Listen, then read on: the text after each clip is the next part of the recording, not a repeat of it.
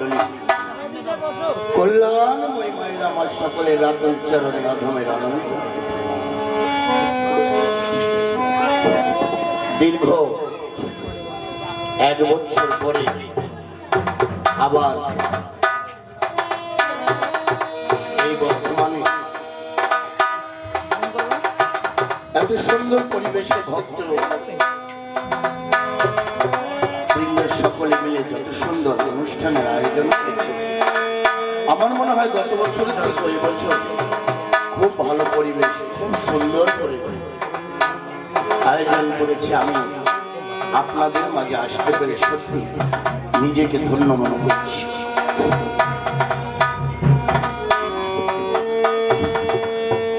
আমার ভাইদা আসলে এসেছিলেন, আমাকে একটা অনুরোধ রেখে গেছে, প্রশ্ন নয়। অনুরোধটা কি? উনি যে গানটি গিয়েছেন, আমার এক চাকর আছে ভাই, কিন্তু উনি টানার পূর্বে একটা অনুরোধ রেখে গেছে কি, যে কালে জন্মিল কৃষ্ণ পূর্ণ নাহি হয়, পূর্ণ হলো যে কালে রিল যমুনায়, তাই না ভাই? আলোচনা দীর্ঘায়ু হলে আপনাদের অসুবিধা নেই, যদিও খাবার বসিয়ে দেয় আস্তে আস্তে করে 2-4 জন করে খেয়ে আবার আনবেন, ভয় নেই। আজকে সন্ধ্যায় সন্ধ্যা আরতি হবে, রাতে বাউল গান হবে, অনেক অনুষ্ঠান আজকে। এই জন্য বাড়ি যাওয়ার দরকার নেই, খেয়ে খেয়ে আবার এসে বসতে হবে। যখন খাবার দেবে 4টে, এত তাড়াতাড়ি দেবে না। এই জন্য আসলে কথা বলবে না, সুন্দর করে শুনবে। আমার ভাইদের যে জায়গায় আমাকে ঘোষাটা মেরে গেছে, আমি আলোচনাটা যদি সেই জায়গাতেই শুরু করি তাহলে আপনারা বুঝবেন আমাকে আরেকটু উপরে যেতে হবে। উপর থেকে শুরু না করলে এই জায়গা বোঝা যাবে। সর্বপ্রথম কথা হচ্ছে, আমরা যে হরিনাম করি, হরে কৃষ্ণ কৃষ্ণ কৃষ্ণ হরে হরে, হরে রাম রাম রাম হরে হরে, এই এক নাম যাকে বলি তারক ব্রহ্ম নাম। 16 নাম 32 অক্ষর। আর আমরা যারা মথুর বাজারে আমরা বলি হরি বল হরি বল। কিন্তু এই নাম আমরা পেলাম কোথায়? না, কে দিয়েছে আমাদের? গৌরাঙ্গ মহাপ্রভু এই নাম নিয়ে এসেছেন, আমরা জানি। আমরা চৈতন্য চরিতামৃত পড়ি, কিন্তু গৌরাঙ্গ মহাপ্রভু আসার পূর্বে এই হরি নাম ছিল। আর যদি তাই না হবে তাহলে তো আমার অশ্বিনী ভুল লেগেছে, তাই না? ও নাম ছিল অনার্পিত, কলিতে সমর্পিত, কিন্তু এই নাম ছিল কোথায়? আমরা পেলাম কোথায়? কে দিয়েছে এই নাম? 16 নাম 32 অক্ষর বলো, আর 4 অক্ষর বলো। 4 অক্ষর কি? হরি বল হরি বল হরি বল হরি বল হরি বল। কে দিয়েছে?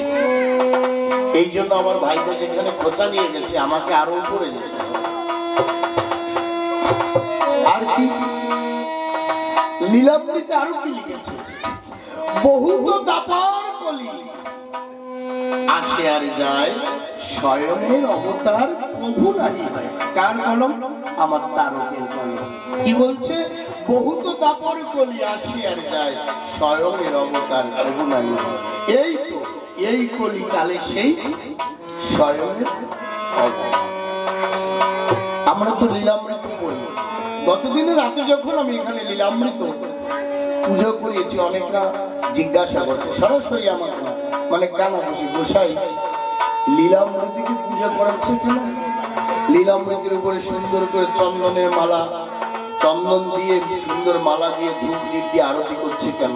আরো গোসাই বলছে যে এই লীলামৃতের পূজা করলে সর্বশাস্ত্রের পূজা করা হয়। এত বড় কথা গোসাই বলে গেলে কেউ কিছু বললো না, পিছনে বলে সামনে বললো না কেন?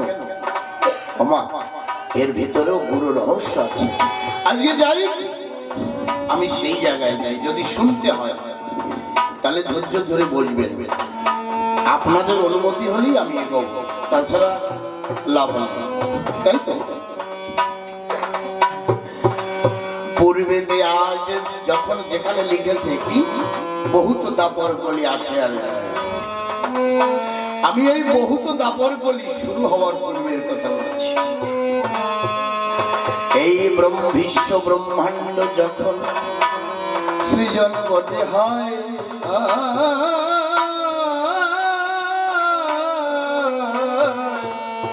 আমার অনাদির আদি গোবিন্দ দয়াল হরিয়া কাবটে রয়। তিনি সর্বপ্রথম কি করেছিলেন? গোলক মন্ডল নির্মাণ করেছিলেন নিজের কল্পনা শক্তি দ্বারা।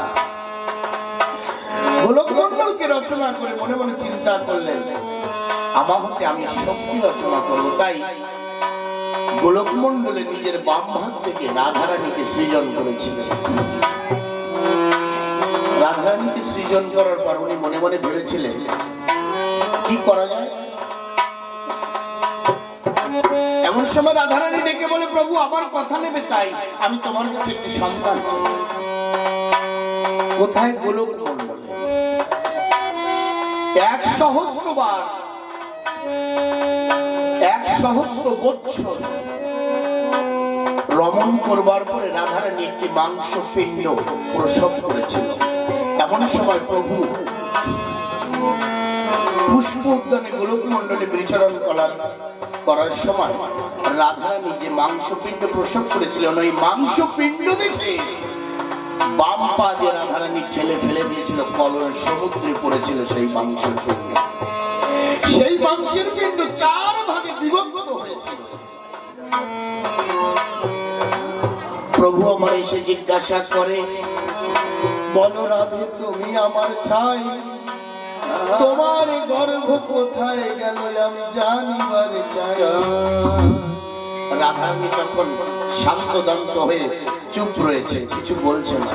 তাই প্রভু বলছে, রাধে তুমি যা করেছো বড় অন্যায় করেছো। তাই এই জগৎ সংসারে তুমি যতবার যাবে তুমি কখনো মা হতে পারবে।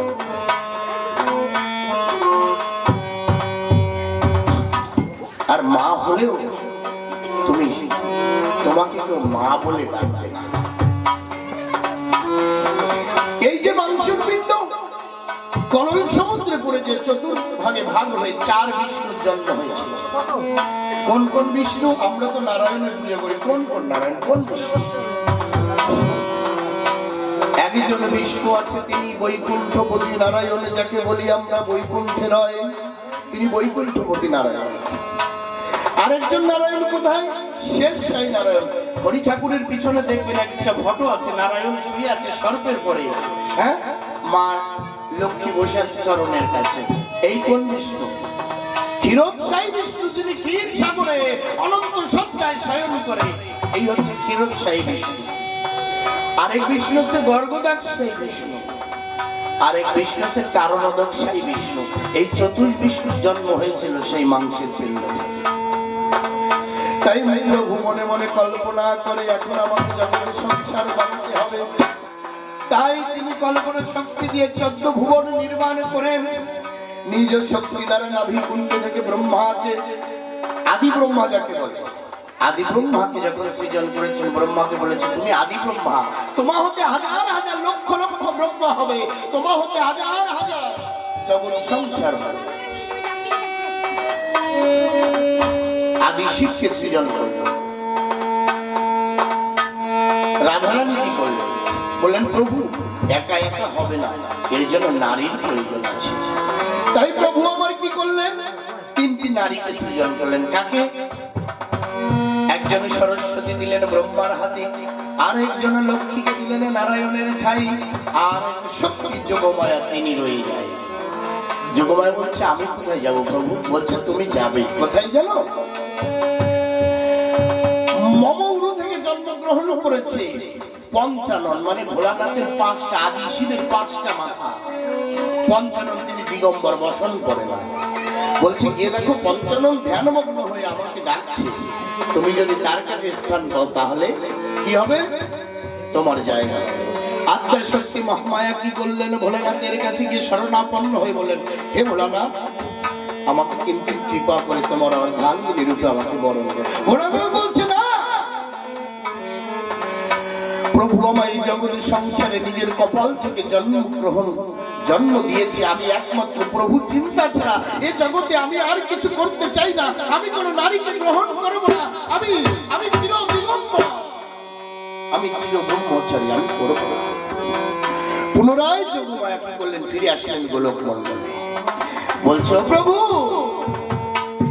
ভোলানাথ আমাকে স্বীকার করে, বলে মম অংশে জন্ম তোমার, কন্যা সম তুমি মোর, আমি তো তোমাকে গ্রহণ করতে পারবো না, তোমার ওই ভোলানাথের কাছে যেতে হবে, এছাড়া কোনো রেহাই নাই। পুনরায় আমার আজ্ঞা শক্তি মহামায়া কি করলেন, ভোলানাথের কাছে গেলেন, যে বললেন প্রভু, প্রভুর আজ্ঞা, আপনি ছাড়া আমার কোনো রেহাই নেই, আপনাকে গ্রহণ করতে। ভোলানাথ মনে মনে চিন্তা করলেন, আচ্ছা নারী, তোমাকে আমার কপালের অগ্নি দ্বারা আমি বশীভূত করে দেব, তবে আমাকে ছলনা করতে হবে। কি? শোনো নারী, তোমাকে আমি গ্রহণ করতে পারি, তোমাকে 100বার অগ্নি পরীক্ষায় উত্তীর্ণ হতে হবে।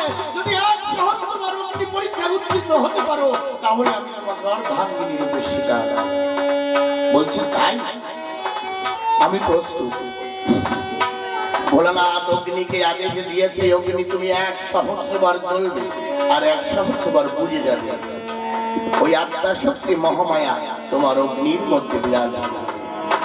কি হলো? অগ্নি কি করলো? প্রজ্বালিত হতে শুরু হলো।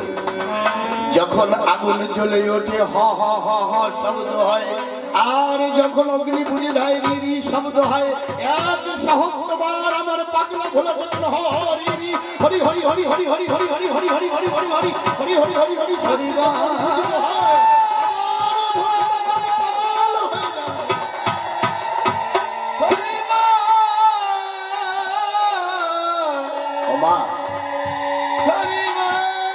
যখন অগ্নি জ্বলে ওঠে তখন হ হ শব্দ, আর যখন নিভে যায় তখন রি রি শব্দ। এই শব্দ 100বার যখন ভোলানাথের কর্ণ কুহরে ঘুরে উঠলো, এই নাম করতে করতে ভোলানাথ পাগল হয়ে গেল, শশা ভরা 14 ভুবন কেঁপে উঠল।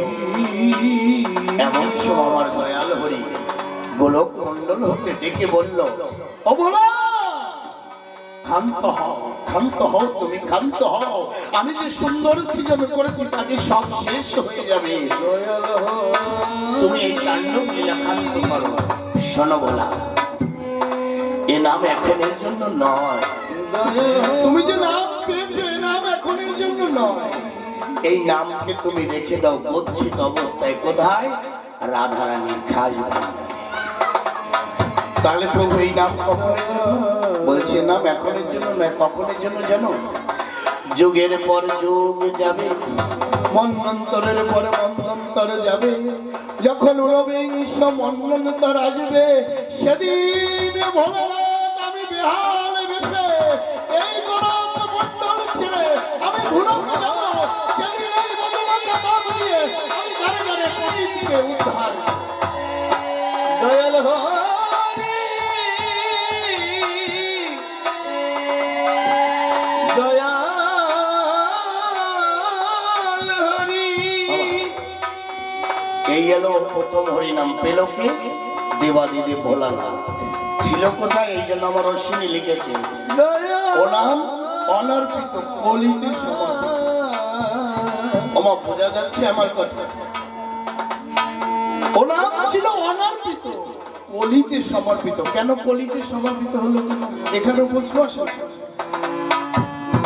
বহুবার কাপড় কলি আসে আর যায়, স্বয়ং এর অবতার কিছুতে নাহি হয়। এই এলো নাম অনর্পিত, পেল কে? এখন প্রশ্ন আসে, তাহলে হরে কৃষ্ণ হরে কৃষ্ণ আর এই 16 নাম 32 অক্ষর কি করে আসে? এ তো নয় হরি নাম, হরি হরি। হ্যাঁ, তাহলে এগুলো হলো কেন?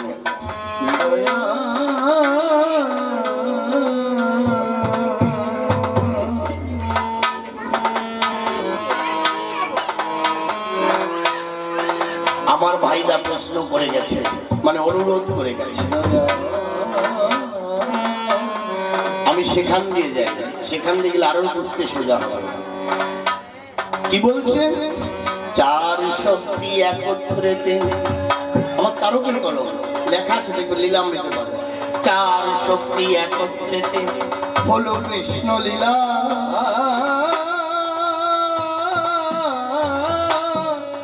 ভাগবত সুন্দর মীমাংসা করিলাম। আরো লেখা রয় সেখানে, ব্রহ্ম বৈবর্ত পুরাণে ইহার মীমাংসা যে রয়, ব্রহ্ম বৈবর্তন করিলে তাহার ভেদ জানা যায়। আবার কি বলছে ওই লাইনে বলছে, তিন শক্তি একত্রে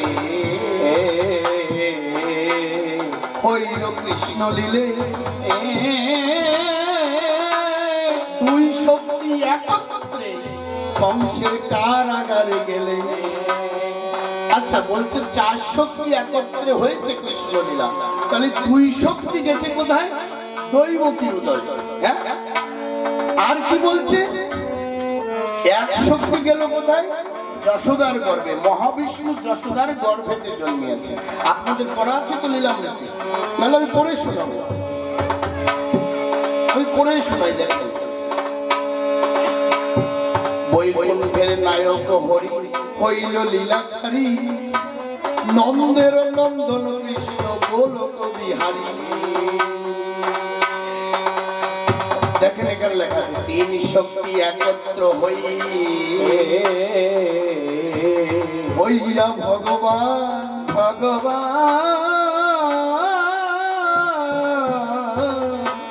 দৈবকীর বায়ু গর্ভে দুই শক্তি জানা, যশোদার গর্ভে মহা বিষ্ণু জন্মিয়াছে,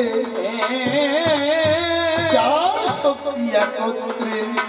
কি বলছে? চার শক্তি একত্রে হয় কৃষ্ণ লীলা। আচ্ছা তাহলে আমরা এত সময় তিন শক্তির কথা বললাম, আরেক শক্তি কোথায়?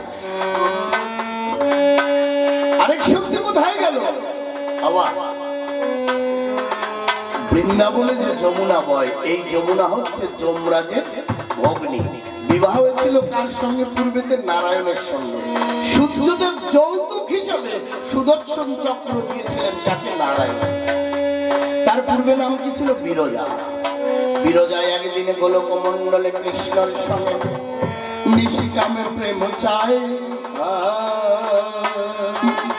কৃষ্ণ আর বিরজা ফুলের বাগানে বসে রয়ে, এমন সময় রাধা রানী আমার দূর হতে দেখিবারে পায়, কিছু না বুঝে না জেনে সে তাকে অভিশাপ দেয়। কি বলে? আমার অনুমতি ছাড়া তুমি কৃষ্ণের সঙ্গে বসে আছো কেন? কেন? কি কারণে? নয়ন জলে আমার শ্যামের হাত ধরো, আমি তাই তোমায় অভিশাপ করছি, তুমি মরতে গিয়ে নদী হয়ে ববে, তোমার জল কালো কুৎসিত হয়ে রবে। তখন বিরজা বলে, হে প্রভু, আমি তো নিষ্কাম প্রেম ভক্তি চেয়েছিলাম, মাধুর্যের প্রেম চেয়েছিলাম তোমার কাছে, কিন্তু বিনা কারণে রাধারানী আজ আমাকে অভিশাপ দিয়েছে। প্রভু আমি কোথায় যাই? আমাকে তো নদী হয়ে বইতে হবে, কিন্তু আমি যে তোমার বিরহ সহ্য করতে পারবো না। ভগবান বলে, আমার এক শক্তি বিরজা তুমি লইয়ে যাবে, যমুনা নদী হয়ে ধরায় বহিবে। কি করলো? বিরজা এক শক্তি, এই আমার অনাদির আদি চার ভাগে বিভক্ত হলেন। এক শক্তি কে নিয়ে আসলো? আমার বিরজা। কোথায় নিয়ে আসলো? যমুনা।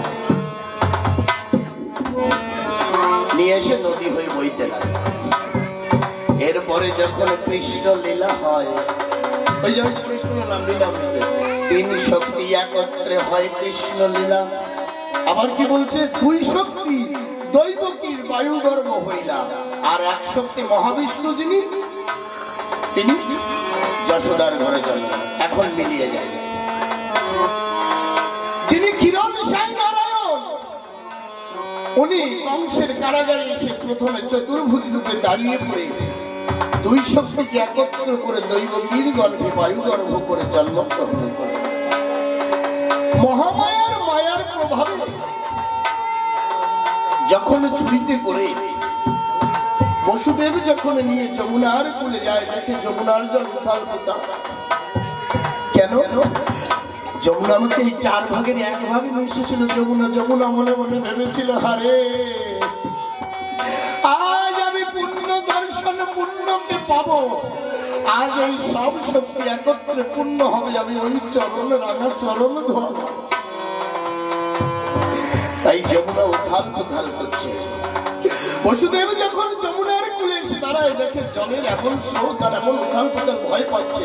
আত্মশক্তি মহামায়া দেখে লীলা পূর্ণ হবে না, তাই আমাকে কি করতে হবে, শৃগাল রূপে নদী পার হচ্ছে। বসুদেব দেখতে পেয়ে ওই বালককে নিয়ে নেমে গেল কোথায়, জলের মধ্যে। কিছু দূর জলের মধ্যে যেতে যেতে যমুনা ওই চরণ পেতে চায়, মাথার ওই সন্তান কিন্তু জলে পড়ে যায়। যেমন আপনারা দেখেছেন হাতায় মাছ ধরেন না, বসুদেব এই জলের মধ্যে হাতাচ্ছে, কোথায় পাবো, কোথায় পাবো? যিনি পূর্ণরূপে ছিলেন, সরাসরি যিনি গোলকের নাম, নন্দের নন্দন হলো গোলকের নাম, এর উপরে লেখা আছে। কেন? যিনি পূর্ণরূপে ছিলেন ওই যমুনার ভিতরে, ওই বালকটি মেরে কিন্তু ঝুড়ির ভিতরে ভরে। আর এই যে 2 শক্তি বালকটি নিয়ে, সেই বালকটি ওই যমুনার ভিতরে রয়ে যায়। এরও মীমাংসা আছে সামনে। আর যিনি নন্দের নন্দন হয়েছিলেন পরে, তানাকে তিনি বালক রূপে কি করলেন, ওই বসুদেবের হাতে আসলেন। উনি মাথায় নিয়ে কি করলেন, নন্দের ঘরে গেলেন। নন্দের ঘরে যে দেখে 2 একটা ছেলের একটা মেয়ে জন্মগ্রহণ করেছে। কে? এক পাশে আদ্যা শক্তি মহামায়া, আর এক পাশে মহাবিষ্ণু রয়। এই বালককে নিয়ে যখন ওই বালকের পাশে হয়, তখন কি হলো, এই 2 শক্তি, এই 2 বালক একত্রে মিশে পূর্ণ হয়, আর ওই মহামায়াকে নিয়ে পুনরায় ফিরে।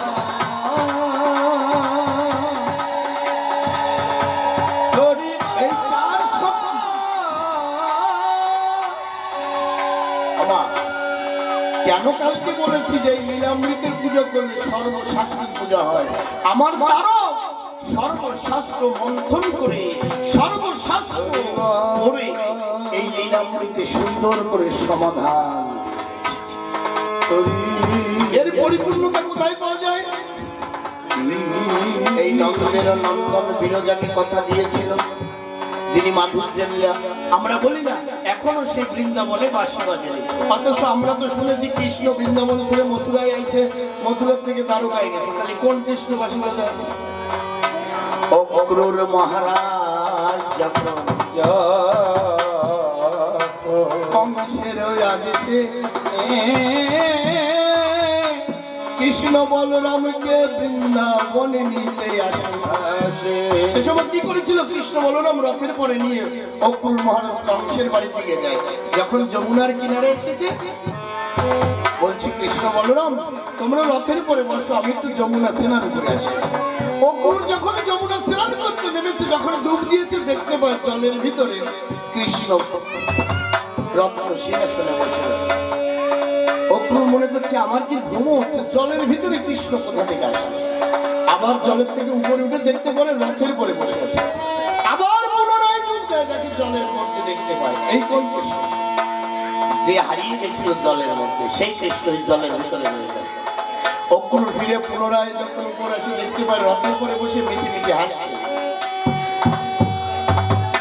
তখন বলছে অক্রূর, আমরাও তো ভাই একটু স্নান করবো, আমাকে স্নান করতে দেবে যমুনা? বলছে এসো। এই কৃষ্ণ রথের পর থেকে নেমে যমুনায় স্নান করে এই মাধুর্যের কৃষ্ণ রয়ে যায়। আর এই 2 শক্তি যে কৃষ্ণ জলের ভিতরে রয়, এই 2 শক্তিকে লয়ে অক্রূর মহারাজ কোথায় চলে যায়? মথুরায় চলে যায়। এই জন্য এই কৃষ্ণ কিন্তু এখনো যায়নি, এখনো বৃন্দাবনে। যার গান আছে সে শুনতে পারে, এখনো বৃন্দাবনে বাঁশি বাজে। এই জন্য বলে যখন জন্মিল কৃষ্ণ পূর্ণ নাহি হয়, পূর্ণ হলো যে কালে পড়িল যমুনায়। এর পরে আসি আমি হরিনাম লয়ে, রাতে সুন্দর করে বুঝিয়ে দেব আপনাদের আসলে। আমার রাধারানী একেবারে বলে, ও প্রভু, আমার কথা লবে, আমি ভিন্ন, হরি তুমি কখনো নাহি হবে। বলছে বলো কি দাদি, এই যে সব জগৎ সংসারকে আমি সৃজন করেছি, তুমি ভিন্ন আমি হরি হব না মানে? বলে হ্যাঁ প্রভু, রাধা কৃষ্ণের আমার অশ্বিনী কলম দেখেছে, রাধা কৃষ্ণের উভয় অঙ্গে প্রথমে হয় প্রেম তরঙ্গের নামের উৎপত্তি, নামের অঙ্গে গোলকে করলেন রাধে আর শ্যাম। আমার অশ্বিনী লিখতে গেল কেন? এর মধ্যে মীমাংসা আছে। রাধারানী বলছে প্রভু, আমি তোমায় হরাই তাই তুমি হরি, নালে তুমি কিন্তু হরি না। তোমাকে কে চেনে? ভক্ত না হলে ভগবানের জায়গা আছে নাকি? আজকে এত ভক্ত না হলে ভগবানের পুজো হতো নাকি? তাই রাধারানী বলছে আমি তোমায় হরাই তাই তুমি হরি, আমি না হরলে তুমি তো হরি না। বলছে না না, আমি শ্রেষ্ঠ রাধে, আমি 14 সংসারকে সৃজন করেছি। বলছে দেখি কেমন শ্রেষ্ঠ। এই কৃষ্ণ 4 ভাগে, এই কৃষ্ণ 4 ভাগে বিভক্ত হয়ে দাঁড়ায়, আর রাধা রানী 8 ভাগে দাঁড়িয়ে রয়। বলছে দেখেছো প্রভু, তুমি 4 আর আমি 8, কারণ আমি অষ্টসখীতে বিভক্ত, তাই আমি 8 ভাগে বিভক্ত। তুমি প্রভু পারবে না। তাই 4 কৃষ্ণ আর 4 রাধা যখন একত্রে মিলে যায়, আর 4 রাধা রয়ে যায়।